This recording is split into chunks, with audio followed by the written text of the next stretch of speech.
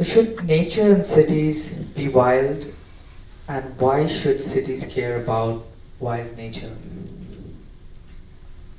Let me explain the genesis of an inquiry that has fascinated me, intrigued me, and excited me for over half a decade. The roots lie in the beginnings of human civilization, where we were just doing our best to tame nature in the form of agriculture. About 12,000 years ago, we've started domesticating plants into agriculture. And about 11,500 years ago, we found first signs of both plants and animals to be domesticated. Not long after this, we hear of experiments like the Hanging Gardens of Babylon, where human beings have tried to grow plants on the top of a building. This was 8,000 years ago. These early achievements have given us a lot of confidence. Over the years, we have obviously achieved much more. And today, in cities, town planners and architects think that we are entirely in control of nature. And why not? Because we have built these magnificent and beautiful gardens and parks in the cities, and hundreds and thousands of people are employed and involved in keeping and maintaining these parks, watering the plants, pruning the trees. Cities are being expanded at a rapid pace by removing vast expanses of nature. We are removing forests, we are reclaiming land from the sea. This has given us the confidence to say that nothing is impossible and we can achieve anything. But surely there must be a consequence to this. And as one consequence, whenever we talk of green projects, our minds automatically dive into the economics of it. Land, labor, capital. Do we have the land? Do we have the people to manage it? Do we have the funding? And oftentimes we find that for the lack of one or more of these components,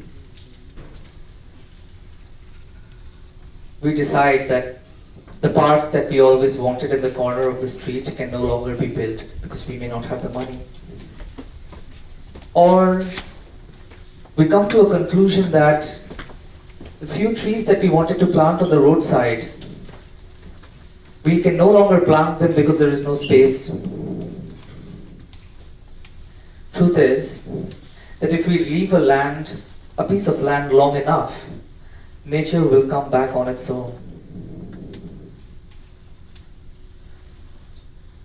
Nature grows from the pores of concrete. They grow from the cracks of the walls.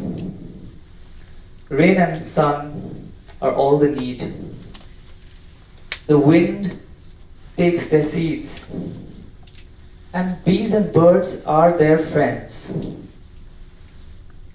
Do they need us at all? I'm convinced if we leave cities abandoned for a few years, we will find wild plants growing everywhere. And in a matter of a few years, we would have lost our legacy, our 10,000 years of legacy of taming nature, trying to control nature. So I have studied wild plants in cities for more than 5 years. In cities in the UK, in India, and elsewhere. And I've found that plants grow from almost everywhere. I've found plants growing from the wall cracks, as I mentioned, plants growing on wild plants growing from rooftops. They grow inside drains and canals, and they grow over lampposts and underneath abandoned cars. What I've found amazing is the ability of wild plants to thrive in a harsh urban climate.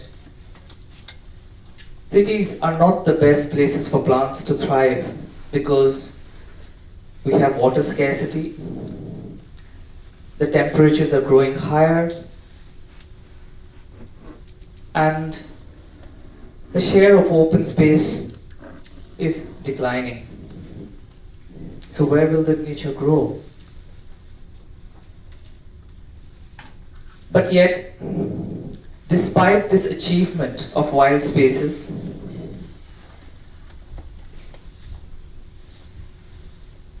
we don't pay enough attention to them.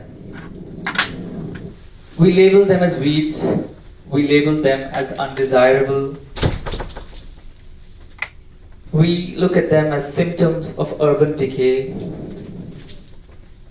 But no matter what they are also a lesson that nature is trying to teach us in resilience. Frankly, the everyday life of these plants are even more interesting. Just like how we go to work and we start our day with that, these plants also go to work. For us, they give us oxygen, they become habitats for animals and small birds and insects, and so on. The truth is, we've made a very big promise to the whole world. We've said that everyone must have access to nature, and then our cities will become sustainable. The World Health Organization has a benchmark of 9 square meters per person. But even this low benchmark is difficult for many cities to achieve. And many cities are struggling to provide green spaces to its people. Thus, I think, and personally I'm in the favor of wild spaces because they are what we already have. And we can recognize this potential of wild plants. So in a conclusion, to answer my original question, should there be wild nature in cities? And should we care about wild spaces? Nature is already wild in cities.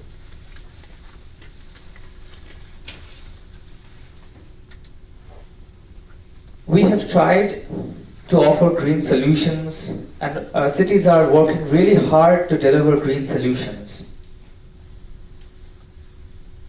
What is fundamental in the success of these solutions are the fact that people should accept them, adopt them, engage with them, involve themselves with these solutions that make cities green and sustainable.